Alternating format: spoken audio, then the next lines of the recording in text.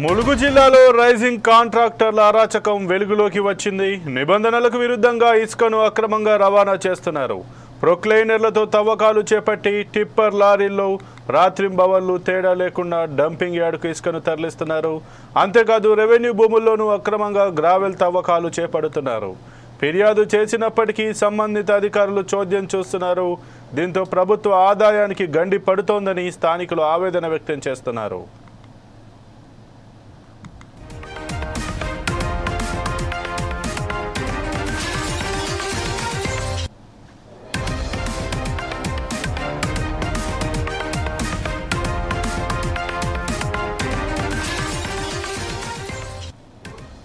ములుగు జిల్లా మంగపేట మండలం మల్లూరులో సమ్మక్క సారక్క ఆదివాసీ గిరిజన ట్రైబల్ ఇసుక సొసైటీకి ప్రభుత్వం పలు నిబంధనలతో 3 లక్షల క్యూబిక్ మీటర్ల ఇసుకను మంజూరు చేసింది.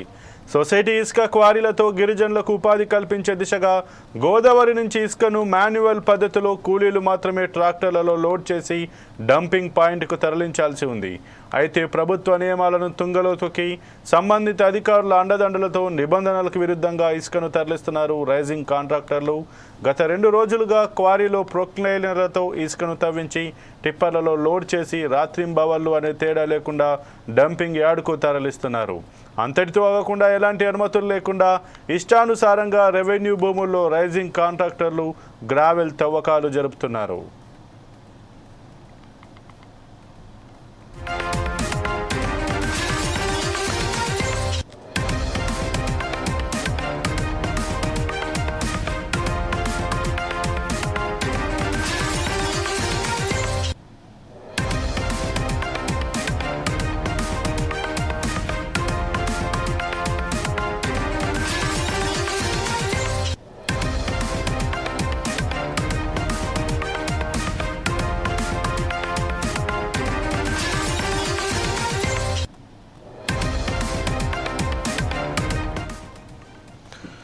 ఇక ఇదే అంశానికి సంబంధించి మరింత సమాచారం మా బ్యూరో సుధాకర్ అందిస్తారు. సుధాకర్, చెప్పండి, ఏదైతే ములుగు జిల్లాలో నిబంధనలను అతిక్రమించి కాంట్రాక్టర్లు ఇసుక తవ్వుతున్నట్టుగా తెలుస్తుంది, ఏదైతే మాన్యువల్ పద్ధతిలో కాకుండా ప్రొక్లైనర్లను ఉపయోగించి రాత్రింబవళ్లు తేడా లేకుండానైతే ఈ యొక్క ఇసుకను అక్రమార్జన చేస్తున్నట్టు అధికారుల అండదండలు కూడా దీని వెనుక ఉన్నట్టు అక్కడ ఉన్న కొంతమంది స్థానికులు కూడా దీని వెనుక ఉన్నట్టుగానైతే తెలుస్తుంది. దీని గురించి మీ దగ్గర ఉన్న పూర్తి సమాచారం ఏంటి? సంపత్, తెలంగాణ రాష్ట్రంలో కాంగ్రెస్ అధికారులు వచ్చిన తర్వాత ఏజెన్సీ మాత్రం ఏజెన్సీ ప్రాంతం ఉన్న వాళ్ళకి మాత్రం గిరిజనులకే జరిగింది. అయితే సొసైటీలో వాళ్ళకి సంబంధించిన వాళ్ళ ద్వారా వాళ్ళు ఏం చేస్తారంటే కొంతమంది బినామీలు ఆ కాంట్రాక్ట్ తీసుకొని వాళ్ళ సొసైటీ తీసుకోవడం జరుగుతుంది. ఈ సొసైటీకి వచ్చేసి ఖచ్చితంగా ఆ గిరిజనులు చుట్టుపక్కల ఉన్న గిరిజనులే ఇసుకలు తీసుకొచ్చే తోడి వస్తుంది. కానీ సొసైటీకి సంబంధించిన వీరు ఎవరి కాంట్రాక్ట్ ఉంటారో ఆ కాంట్రాక్టర్లు మాత్రము బడా జేసీబీలు పెట్టుకొని రాత్రి కూడా అధికారులు లేని సమయంలో ఆ జేసీబీల తోటి మాత్రం పెద్ద తోటి తవ్వకాలు చేస్తున్నారు. గతంలో కూడా ఫోర్సెస్ గత సంవత్సరం కొన్ని చేయడం జరిగింది. భాగంగా మైనింగ్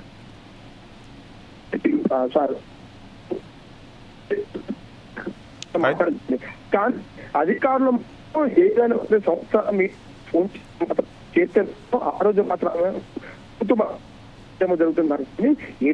కాంట్రాక్టర్లు రెసిడెంట్ కాంట్రాక్టర్లు కానీ ఇటు ఐటీ శాండ్ కు సంబంధించిన మాత్రం కుమ్మకై ఇసుక మాస అనుకోవచ్చు. ఏదేమైనా ఉమ్మడి వరంగల్, ఉమ్మడి ఖమ్మం ఈ 2 జిల్లాల నుంచి గోదావరి పరిసర ప్రాంతాల దగ్గర ఉంటుంది. గోదావరి ఇసుకను రాత్రి అధికారులు మాత్రం ఎక్కువ మొత్తంలో మిషనరీ పెట్టుకొని తవ్వకాలు జరుగుతూనే ఉన్నాయి. దీని మీద ఇప్పటికే గిరిజనులు చాలా మంది అధికారులతో గొడవలు పెట్టుకునే దాఖలు ఉన్నాయి. గతంలో బడ్జెట్ కొట్టాలని చెప్పేసి కానీ ప్రత్యేక రైడ్స్ కూడా చేయడం జరిగింది.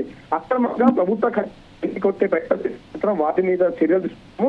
అంతేకాకుండా అధిక ఓవర్లోడ్ సీజ్ చేసిన దాఖలు ఉన్నాయి. ఇంత జరుగుతున్న అధికారులు మాత్రం చూసుకుంటున్నారు. అంతేకాకుండా సభ్యులు కాంటాక్ట్ ఇచ్చే ముట్టలతోటి ఈ అధికారులు మాత్రం చూపించుకోవచ్చు. ఏదైనా గత 2 రోజుల క్రితం వచ్చి ములుగు జిల్లా మంగాపేట పరిసర ప్రాంతాల్లో మాత్రం రాత్రి పూట తీసుకొచ్చి 2 కిలోమీటర్లతో ఆ ఇసుకను పంపు చేస్తున్నారు. ఇదంతా చూస్తున్న ప్రభుత్వం నిబంధనలు ఖచ్చితంగా స్టాండ్ అనేది డంపింగ్ చేయాలి. కానీ చూసుకుంటే మాత్రం రాత్రి పూట సుమారు నైట్ 11 గంటల నుంచి తెల్లారి 3 గంటల వరకు ఈ 6 గంటల సమయం ఆ ఇసుకంతా డంపు చేసుకొని ఉదయం అధికారులు పర్యవేక్షణ వెళ్లే సమయానికి మాత్రం విద్యార్థులు పక్కన పెట్టేసి చూస్తారు. ఇదంతా జరుగుతుంది అధికారులు తెలుసు, కానీ అధికారులు మాత్రం వారి మురుపులతో రాత్రి కూడా వెళ్ళలేదు. ముప్పు వాడుతున్న భయం అనేది సాకున్న మాత్రం ఏదైతే కాంట్రాక్ట్ పద్ధతి. అయితే సుధాకర్, మరి ఇంత జరుగుతున్నా కూడా అధికారులు ఎందుకు స్పందించడం లేదు? ఎందుకంటే ఇది మాన్యువల్ పద్ధతులు. ఎవరైతే అక్కడ ఉన్నటువంటి స్థానికులకు, గిరిజనులకు ఎవరైతే ఉన్నారో వారికి ఉపాధి కల్పించడానికే దీన్ని వారి చేతను తవ్వించి లోడ్ చేయాలని చెప్పి ఏదైతే నిబంధన ఉందో దాన్ని ఈ తొంగలో తొక్కుతున్న అధికారులు ఎందుకు పట్టించుకోవట్లేదు? ఒకటే చూస్తాం ప్రస్తుతం వచ్చేసి ఇది ఉమ్మడి వరంగానికి ఉమ్మడి ఖమ్మం జిల్లాలో ఉన్న పార్టీ కాబట్టి ఈ అధికారుల ఎమ్మెల్యే అలాగే అధికారులు కొంతమంది అందరూ మాత్రం ఈ కాంట్రాక్టర్లు యథేచ్ఛగా ఇసుక తవ్వగలుగుతున్నారు.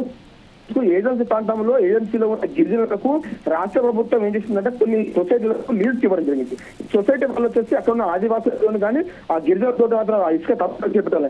కానీ ఇక్కడ ఉన్న చట్టాలను మొత్తం ఈ అధికారులు చుట్టాలుగా మార్చుకొని సదరు కాంట్రాక్టర్లు యథేచ్ఛగా హితాచులు ఇంత జరుగుతున్న అధికారులకు ఎవరైనా సమాచారం ఇస్తే అధికారులు కూడా ఎవరు సమాచారం ఇస్తున్న విషయం కూడా సదరు కాంట్రాక్టర్ చెప్పడం జరుగుతుంది. ఇలా చెప్పడం ద్వారా మాత్రం ఆ కాంట్రాక్టర్ సదరు వ్యక్తులు భయభ్రాంతులు గురిస్తున్న నేపథ్యం ఉంది. గతంలో ఇదే ఫోర్స్ డిస్ట్రిక్ట్ ఆఫీస్ లో కొన్ని కూడా బయటపడ్డాయి. కూడా భూపాలపల్లి, ములుగు, మంగపేట, భద్రాద్రి కొత్తగూడ ఈ 4 జిల్లాల్లో ఫోర్స్ బృందం గతంలో వెళ్ళడం జరిగింది. అక్కడ జరిగిన అవకతవకల మీద మనం గ్రౌండ్ రిపోర్ట్ పెట్టాము, బిగ్ డిబేట్ కూడా పెట్టాము. ఈ డిబేట్ లో స్టాండ్ పిఓ రావడం జరిగింది, అలాగే స్టాండ్ కు సంబంధించిన రాష్ట్ర అధికారి కూడా రావడం జరిగింది. లైవ్ లో మధ్యలో వీళ్ళు భయపడి పక్కకు పోవడం కూడా జరిగింది. అంటే ఇంత తవ్వకాలు జరుగుతున్నాయి, ఇంత అక్రమాలు జరుగుతున్నాయి, ఎందుకు అధికారులు వీళ్ళ మీద చర్యలు తీసుకోవడం లేదు?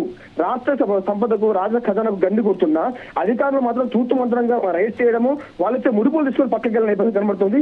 ఇప్పటికైనా అధికారులు ఖచ్చితంగా రైడ్స్ చేసి రాష్ట్ర ప్రభుత్వాన్ని ఖజానా కాపాడబోతే రానున్న రోజుల్లో మాత్రం గోదావరి పరిసర ప్రాంతాల్లో చూసుకుంటే ఇసుక అనేది లేకుండా పోతుంది. ఇప్పటికే అనుకున్నంత టీఎంసీలు కాకుండా అధిక మొత్తంలో ఇసుక తవ్వకాలు చేస్తున్నారు. వాళ్ళు ఒక కాంట్రాక్ట్ ఇచ్చిన వ్యక్తి సుమారు ఒక 10 టీఎంసీలు ఉంటే దానికి సమానం చేయాలి. కానీ ఎక్కడ ఇసుక ఎక్కువ ఉంటుందో అక్కడ మాత్రం పెద్ద గొంతులు జరుగుతుంది.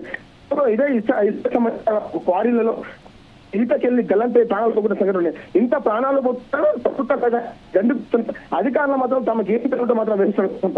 Okay, thank you Sudhakar.